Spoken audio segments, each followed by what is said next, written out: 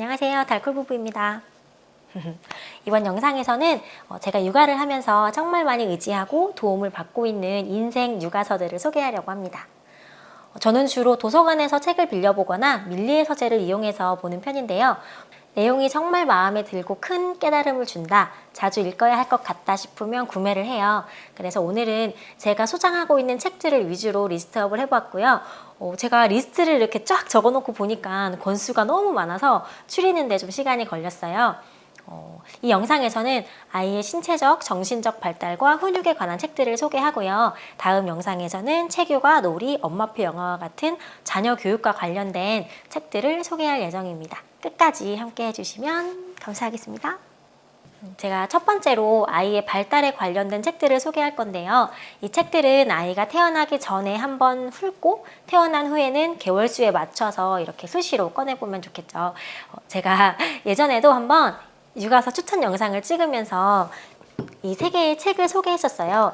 그때는 육아책 시리즈를 만들어야겠다는 당찬 포부가 있었는데 영상의 반응이 좀 미지근해서 추가로 제작을 못했던 슬픈 기억이 있습니다.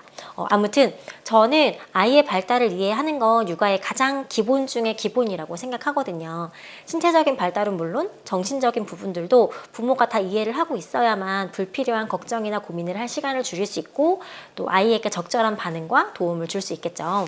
그리고 또 중요한 게 아이의 발달 단계를 이해하고 있어야만 주위의 잔소리와 훈수에도 흔들리지 않고 안정적인 육아를 할 수가 있어요.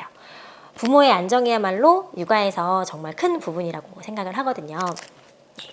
삐뽀삐뽀 119 하정훈 소아과 의사선생님께서 쓴 책인데요. 저는 출산 전에 이 책을 정말 꼼꼼하게 읽었고 지금까지도 수시로 펼쳐보고 있어요. 초보 엄마가 당황할 수밖에 없는 기침, 열, 콧물, 피부병 같은 질병들에 대한 설명이랑 대처법, 응급처치 같은 게 다 들어있어요.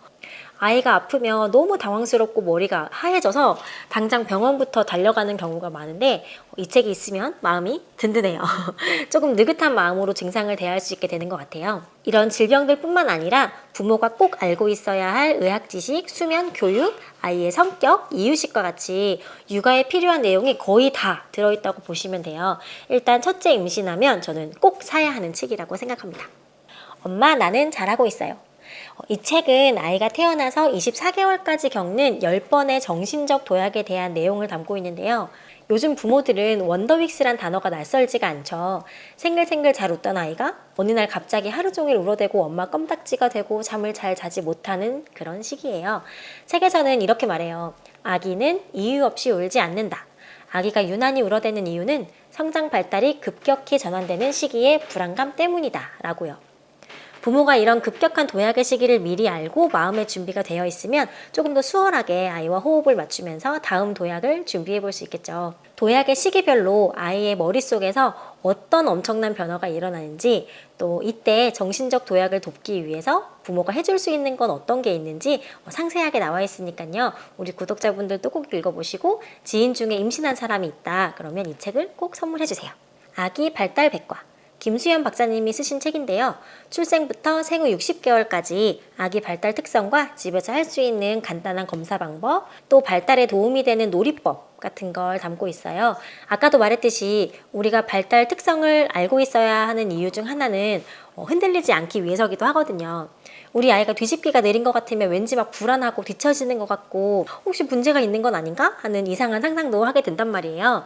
그때 이제 초록창에 뒤집기 시기 이런 거 검색하고 뒤집기가 늦으면 문제가 있는 건가요? 이런 거 지식인에 막 물어보고 근데 이런 시간을 아끼자는 거예요. 그 시간에 책을 펴서 이쯤에 하는 건데 조금 늦을 수도 있다고 하네. 이런 건 문제가 안 되는구나. 이렇게 생각하자는 거죠, 저는.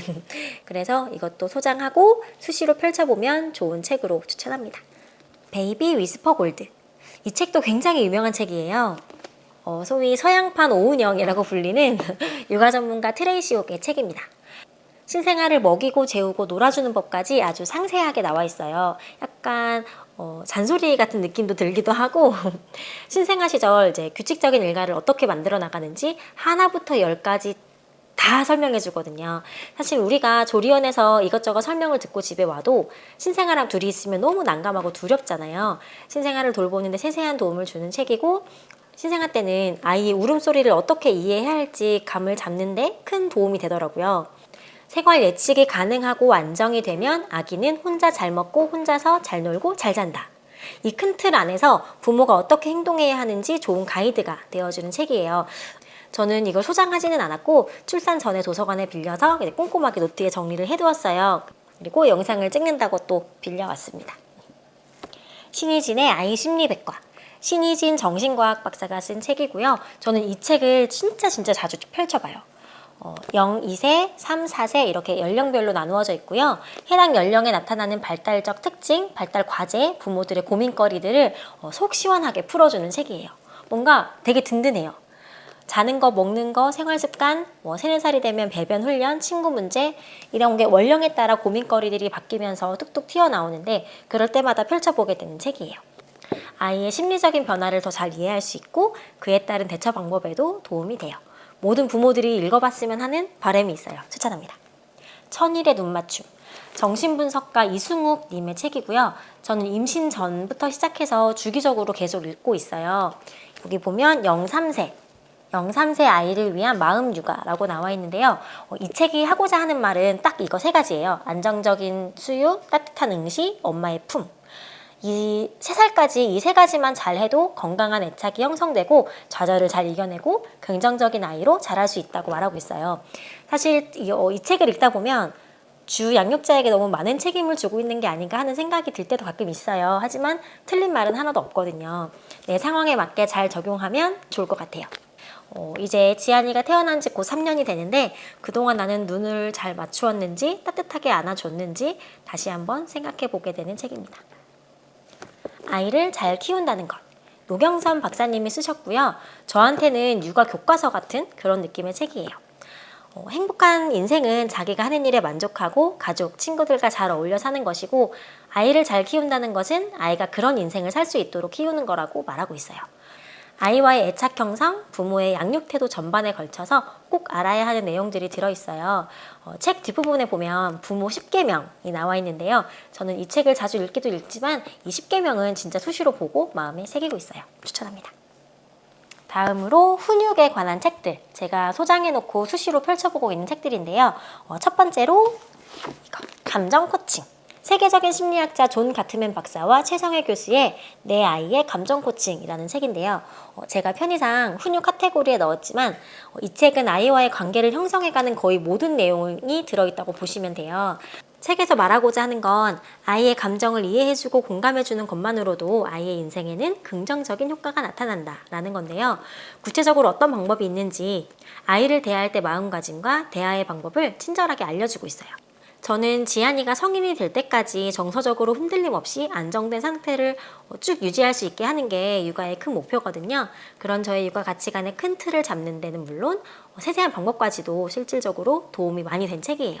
여러분들도 아이가 더 크기 전에 이 책을 꼭 읽어보셨으면 좋겠습니다. 긍정의 훈육. 이 책은 조금 마음을 먹고 읽어야 하는 책인데요. 막 술술 읽히지는 않더라고요. 그래도 고급 알짜배기 정보들이 들어있는 책이죠. 먹고 자고 싸고 그리고 생활 습관까지 아이의 행동을 이해하는 데 필요한 뇌과학, 애착 등의 정보가 담겨 있고 실제 훈육에 적용할 수 있는 방법들도 세세하게 제시가 되어 있어요. 제가 조금 이따 소개해드릴 자기조절력이라는 책과 함께 제가 육아 초기에 훈육의 개념을 정립하는 데 영향을 많이 받은 책이에요. 0세부터 시작하는 감정조절 훈육법. 이 책도 김수현 박사님이 쓰신 책이에요. 앞서 소개해드린 책들보다는 좀 더 가볍게 읽을 수 있고요. 연령별로 참고해야 하는 아이들의 특징들과 훈육 방법들이 제시되어 있는데 일러스트와 함께 상황별로 훈육법이 제시되어 있어서 실생활에 바로바로 적용을 할 수 있게끔 되어 있어요. 이 책도 소장해놓고 아이 연령별로 수시로 꺼내서 참고하기에 좋아요. 어떻게 말해줘야 할까? 네, 오은영 박사님의 신간이에요. 아마 이 책을 모르는 사람은 없을 것 같은데요.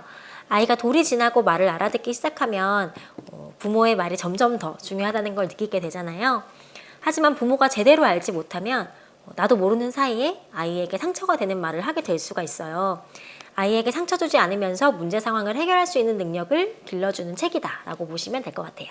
이건 제 경험인데 아침에 목차를 그냥 쓱 훑어보는 것만으로도 그날 하루에 욱하는 상황을 많이 줄일 수 있었어요. 오은영 박사님의 말투가 머릿속에 맴돌면서 마음이 좀 너그러워지고 표정이 조금은 온화해지는 것 같더라고요. 여러분들도 느껴보셨으면 좋겠어요. 무조건 소장해야 되는 책입니다. 나는 오늘도 너에게 화를 냈다. 제가 개인적으로 되게 좋아하고 즐겨보는 유튜브 채널 최민준 소장님의 책이에요. 앞서 소개해드렸던 오은영 박사님과의 책과도 결을 같이 한다고 볼 수 있는데요. 아이를 바라볼 때 욕심을 내려놓고 조금 더 자연스러운 육아를 할 수 있는 조언들을 해주고 있어요. 아이는 키우고 싶은 대로 자라지 않습니다. 라는 문구가 인상적이었어요. 저는 이 말을 항상 가슴에 새기고 지안이를 대하고 있습니다. 저와 육아 가치관이 비슷한 구독자님들에겐 정말 공감되고 읽는 내내 만족스러운 책일 거라고 생각이 들어요. 아이와 대화할 때 불필요한 감정을 넣지 않고 좀 더 이성적으로 말할 수 있게 도와주는 고마운 책이에요. 오은영 박사님의 책과 함께 이 책도 꼭 함께 읽어보셨으면 좋겠습니다. 부모라면 자기 조절력부터. 제가 예전에 훈육 영상에서도 적극 추천했던 책인데요.